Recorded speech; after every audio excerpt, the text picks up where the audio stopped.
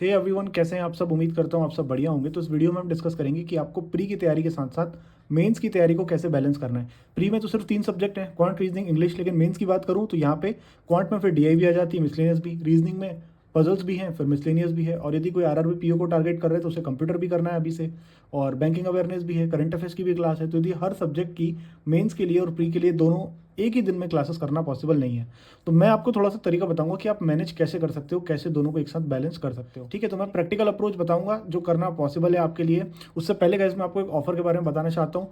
होली, आपको पता है होली कल है, और होली पर टेक्स्ट बुक आपके लिए लेकर आया है होली हंगामा सेल। ये आज और कल है, यानी कि आज से ही इस ऑफर को आप अवेल कर सकते हो।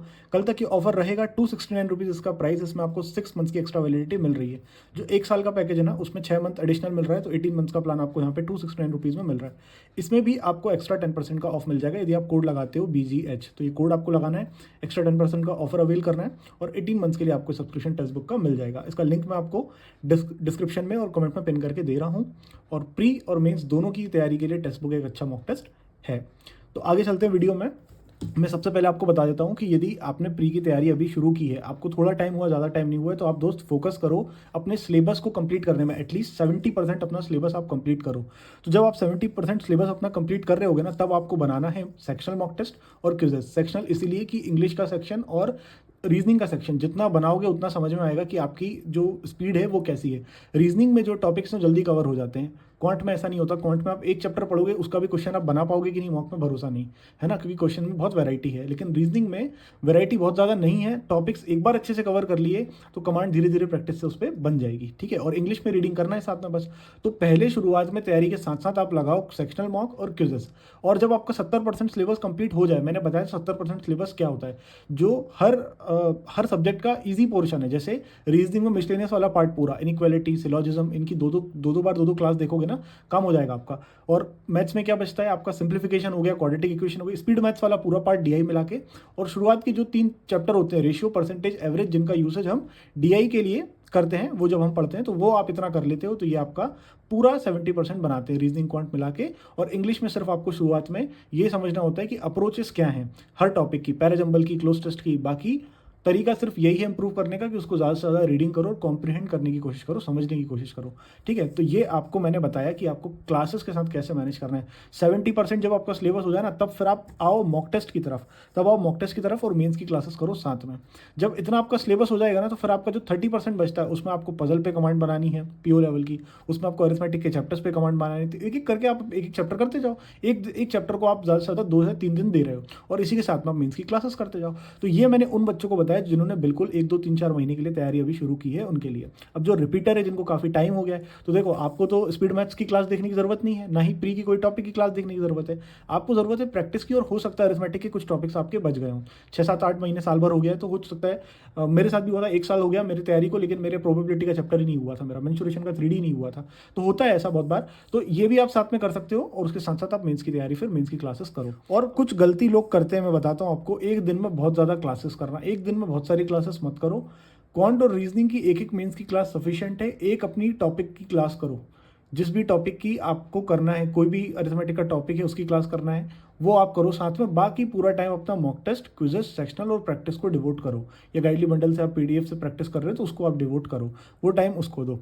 एक और गलती करते हैं कि परफेक्शन की क्लास बहुत बहुत दिन तक देखते हैं। ये मैंने इंग्लिश स्ट्रेटेजी में पहले भी बोला है। मैम पहले ही दिन आप जाओगे क्लास में तो एक प्लेज आपको दिलवाएगी, बोलेगी कि जब तक आपका सिलेक्शन नहीं हो जाता तब तक आपको परफेक्शन क्लास में आना है। देखो, आप किसी टीचर की यहाँ पे प्लेज लेने नहीं बैठे हो, आपको सिलेक्शन लेना है। जितनी रिक्वायरमेंट है उतनी क्लास देखो, डेली क्लास में जाके बैठने की ज़रूरत नहीं है। एक बार पैटर्न समझ लो क्वेश्चंस का, मीन्स में कैसे आते हैं, बनाना कैसे है, बस उतना काफ़ी है। 1 महीना देख लो, बहुत है। 2 महीना, किसी की ज़्यादा वीक है, 2 महीना बस, इससे ज़्यादा की ज़रूरत नहीं है। फिर आपको यदि अपनी इंग्लिश इंप्रूव करना है तो रीडिंग ही करना है और प्रैक्टिस ही करना है। रीडिंग और प्रैक्टिस से ही आपकी मेंस की इंग्लिश इंप्रूव होगी। नए वर्ड्स सीखना है वोकैब के लिए, तो वो भी आप मॉक्स में देखोगे, न्यूज़पेपर में रीडिंग करोगे, वहाँ देखोगे। क्लास में बैठ के क्या करोगे, बार बार आपको पैराजंबल बनाना थोड़ी सीखना है। सीख गए, प्रैक्टिस करना है। तो ये सारी चीज़ें, ये सारी बातों का आपको ध्यान रखना है। देखो थोड़ा सा मैं आपको बता देता हूँ बैंकिंग अवेयरनेस के बारे में और कंप्यूटर की क्लासेस के बारे में। यदि अभी से आप आरआरबी पीओ क्लर्क टारगेट कर रहे हो ना, तो मैं आपको आगे वीडियो बना के बताऊंगा सोर्सेज की कैसे आपको कवर करना है कंप्यूटर को। लेकिन किसी भी क्लास को आप यूट्यूब से देखते हो यदि, तो डेली एक क्लास देखो आधे घंटे की या 45 मिनट्स की, और कोशिश करो इन टॉपिक्स को, दोनों ही चीज़ को, कंप्यूटर को और बैंकिंग अवेयरनेस को टॉपिक वाइज कंप्लीट करो।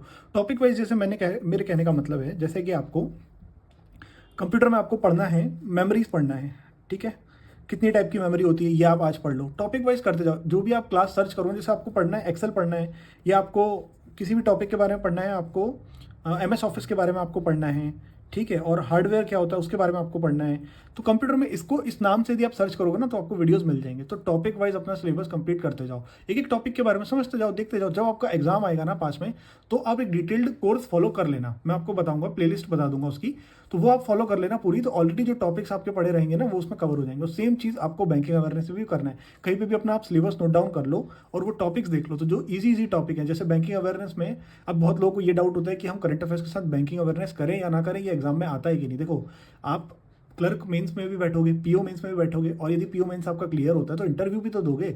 तो यदि बैंक एग्जाम का ही इंटरव्यू देने आप जा रहे हो और बैंकिंग अवेयरनेस ही नहीं पढ़ रहे हो, तो ये तो फिर जस्टिफाई नहीं कर रहे हो ना आप अपनी पढ़ाई को।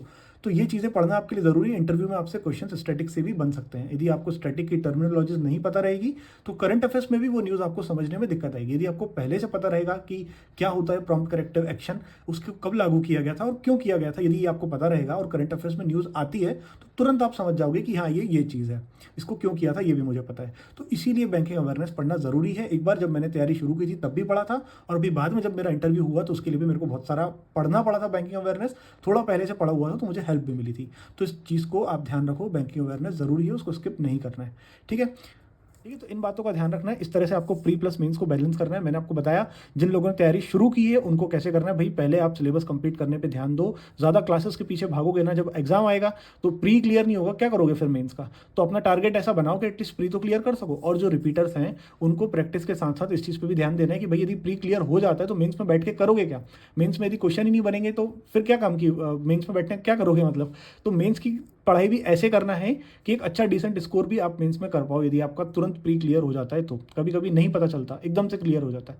तो तैयारी ऐसी रखो कि प्री प्लस मेंस दोनों की आपको जब ऐसा कॉन्फिडेंस रहे जैसी प्री क्लियर हो कि बस अब मुझे तो एनालिसिस करना है, प्रैक्टिस करना है, अपने स्कोर्स को देखना है, और बस फिर मेरा मेंस भी बढ़िया से हो जाएगा। तो ये बातों का आपको ध्यान रखना है। मिलता है अगले वीडियो में। जो भी मैंने आपको पोल कंडक्ट करवाया था, जो बाकी वीडियोज़ हैं मैं एक के बाद एक कवर कर दूंगा।